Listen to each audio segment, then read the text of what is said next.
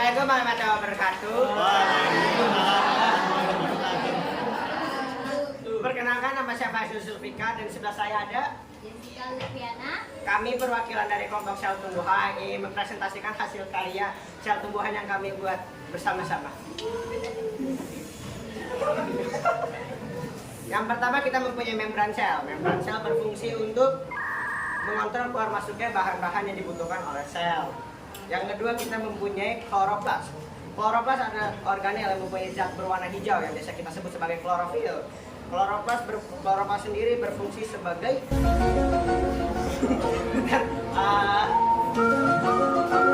berperan dalam proses fotosintesis yang menghasilkan glukosa. Ribosom adalah organel yang kecil dan padat. Dia sendiri berfungsi sebagai salah satu tempat sintesis protein atau membuat protein. Dan kita mempunyai badan Golgi. Badan Golgi sering dikaitkan dengan organel untuk melakukan ekspresi sel. Tambah retikulum endoplasma. Retikulum endoplasma dibagi menjadi 3 sesuai pada fungsinya.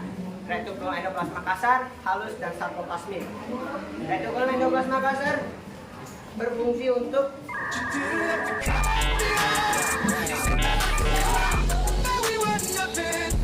melakukan sintesis protein. Retikulum endoplasma halus berfungsi untuk membantu metabolisme pada tubuh tumbuhan.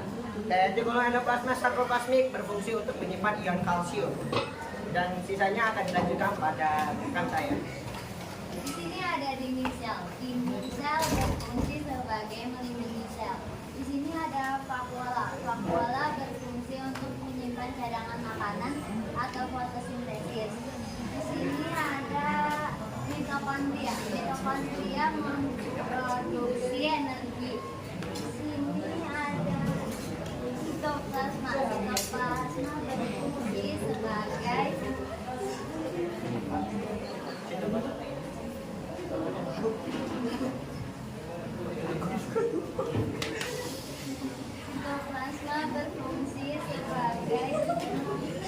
pelarut semua protein. Di sini ada nukleus. Nukleus berfungsi sebagai mengatur semua sel. Sekian dari kami. Bila ada salam atau Apakah ada pertanyaan? Mungkin yang ada mau ditanya? Ada. Oke. Sekian dari kami menutupkan. Wassalamualaikum warahmatullahi wabarakatuh.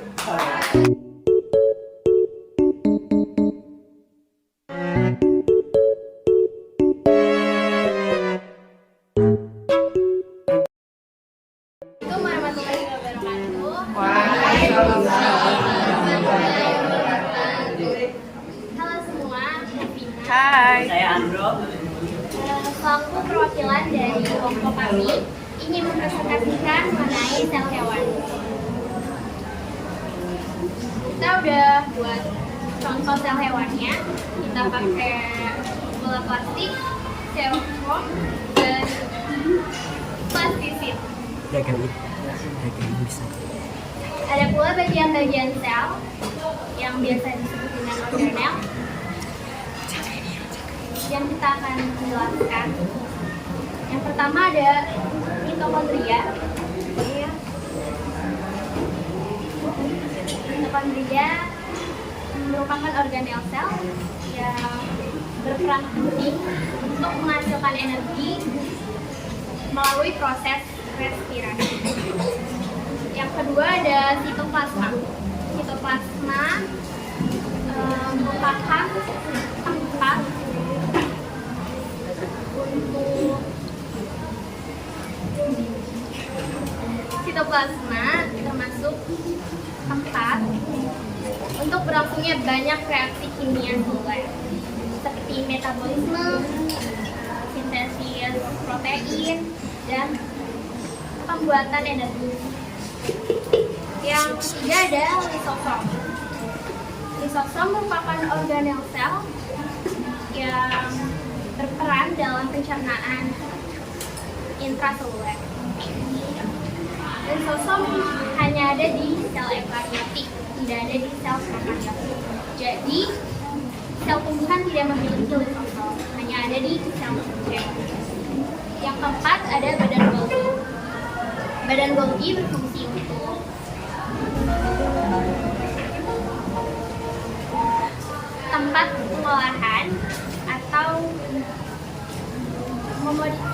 proteinnya.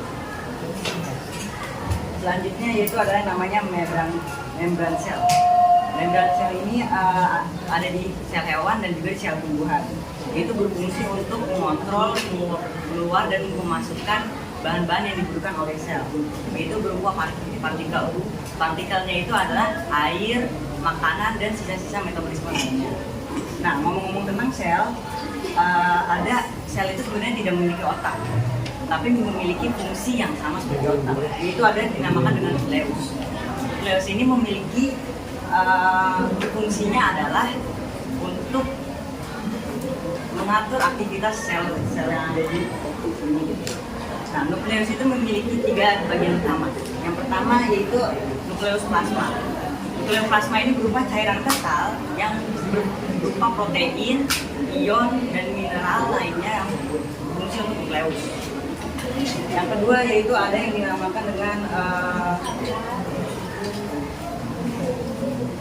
nukleolus. Nukleolus ini namanya seperti nukleus tapi berbeda. Nukleolus ini terdapat pada inti dari nukleoplasma. Nukleolus ini fungsinya adalah berkaitannya dengan sintesis dan perakitannya ribosom. Lalu yang terakhir itu dinamakan dengan membran inti. Membran inti ini adalah tugasnya dia mengelilingi inti sel dan fungsinya ini untuk menghindari atau menghilangkan dari sitoplasma dan inti sel.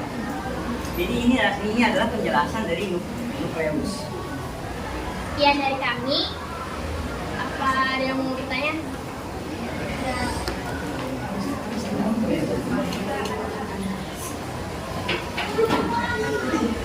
Oke, kalau gitu cukup sekian presentasi dari kami. Wassalamualaikum warahmatullahi wabarakatuh.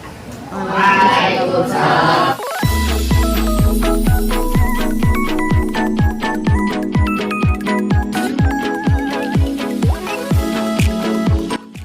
Assalamualaikum warahmatullahi wabarakatuh. Waalaikumsalam warahmatullahi wabarakatuh. Kami dari kelompok Mikro IPA ingin menjelaskan tentang mikroskop. Mikroskop itu yang pertama, bagian utamanya adalah lensa okuler. Okuler. Terus di sini tuh fungsinya itu buat melihat.